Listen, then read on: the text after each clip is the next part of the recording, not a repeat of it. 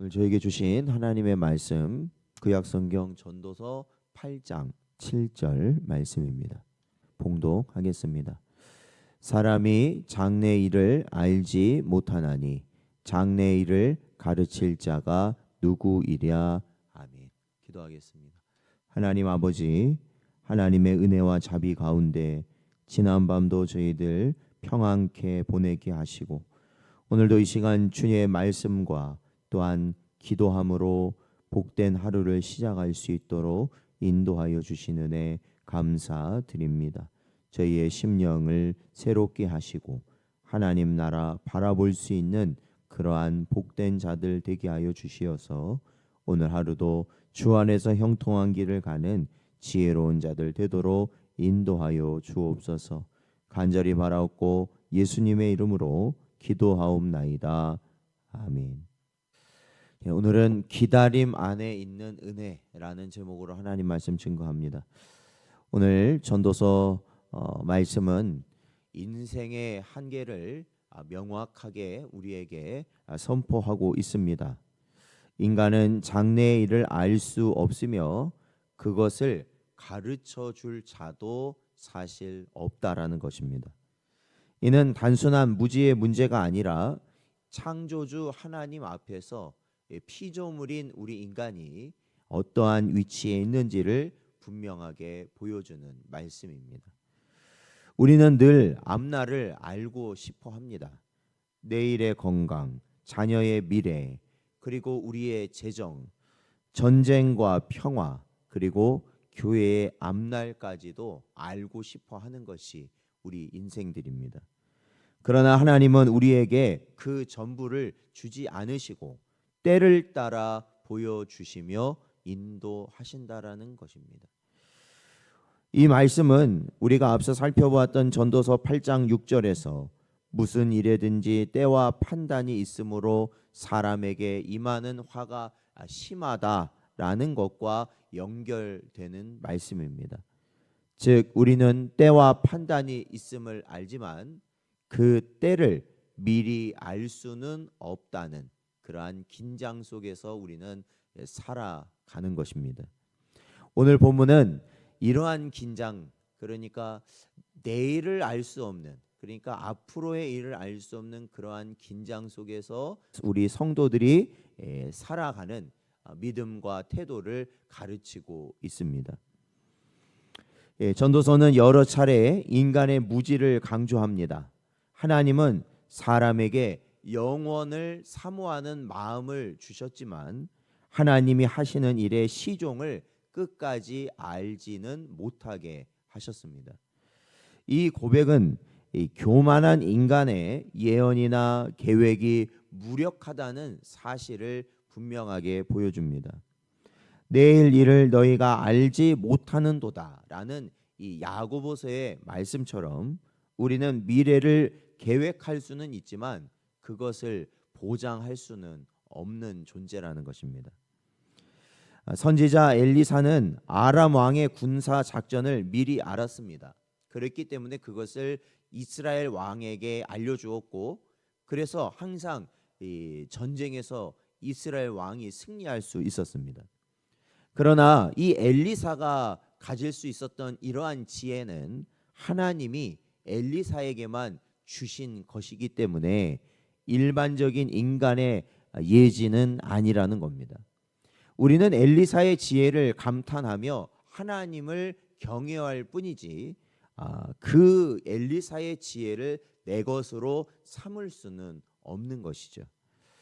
하나님은 성경을 통해 인류 구원에 필요한 진리는 모두 계시하셨다라고 디모데후서에 말씀하고 있습니다.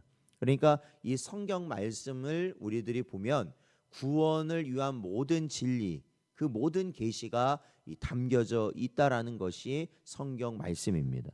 그러나 구체적인 인생의 방향이나 미래는 여전히 감춰져 있다라는 것입니다. 이는 인간의 교만을 꺾고 날마다 하나님의 인도하심을 구하게 만드는 것입니다. 하이델베르그 요리문답 1문을 보면 살든지 죽든지 나는 나의 것이 아니요 나의 신실하신 구주 예수 그리스도의 것입니다라고 고백하고 있습니다. 이것은 미래를 알 수 없어도 하나님께 속한 존재로서 믿음으로 살아갈 수 있음을 뜻하며 이것이 바로 성도의 진정한 위로가 된다라는 것입니다. 그러니까 우리 성도들이 위로를 받고 평안을 누릴 수 있는 이유는 내일 무엇이 일어난다는 것을 알아서 그러는 것이 아니라 바로 우리가 주님의 것이라는 것을 믿고 깨닫기 때문에 우리는 매일매일을 위로와 평안 가운데 살아가게 된다라는 것입니다. 히브리서 11장에 나오는 아브라함은 갈 바를 알지 못하고 나아갔다라고 기록하고 있습니다. 하나님의 약속만을 붙잡고 믿음의 여정을 시작했던 이가 바로 아브라함이고 그를 향하여 우리는 믿음의 조상이다라고 말합니다. 인간의 눈에는 불확실했지만 하나님의 약속은 그를 약속의 땅으로 인도하였던 것입니다. 우리는 장래를 모르기 때문에 기다림의 미덕이 요구됩니다. 그래서 기독교는 한마디로 기다림이다 할 수 있습니다. 구약은 오실 메시아를 기다렸던 순간들이고 또한 이 신약 시대는 오신 메시아가 다시 오실 그날을 기다리는 시간들이기 때문에 그렇습니다. 그리고 오래 참음이라는 것이 성령의 사람이 맺는 열매라고 또한 성경은 우리에게 가르칩니다. 하나님의 아들이 이 땅에 오실 것을 기다렸고 이제 다시 오심을 기다립니다. 성도는 그 기다림 가운데서도 낙심하지 않고 그 약속을 붙들고 신실하게 살아가는 존재들이란 것이죠. 즉 신실하다는 건 뭐겠어요? 우리의 자리를 지키며 살아가는 존재들이라는 것입니다. 예수님은 다음과 같이 말씀하셨습니다.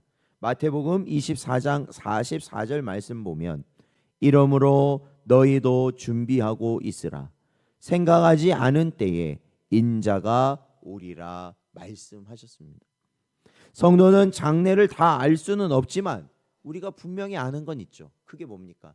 주님이 다시 오신다는 것입니다.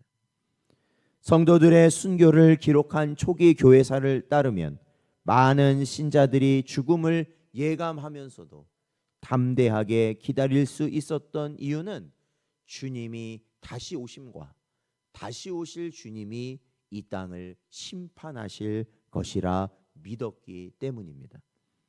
예를 들어 서머나의 감독이었던 폴리갑은 순교 직전에 86년 동안 주님을 섬겼는데 어찌 나를 구속하신 나의 왕을 모독할 수 있겠는가 라면서 타오르는 불길로 들어갔습니다.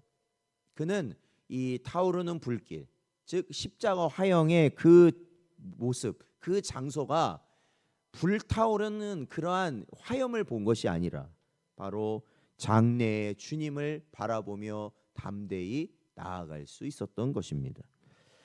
전도서 기자는 단지 인간의 무지를 한탄하고 끝나지 않습니다. 오히려 그러한 인간의 무지를 인정함으로써 하나님을 신뢰하게 만듭니다. 장래를 알 수 없지만 하나님은 우리의 장래를 알고 계십니다.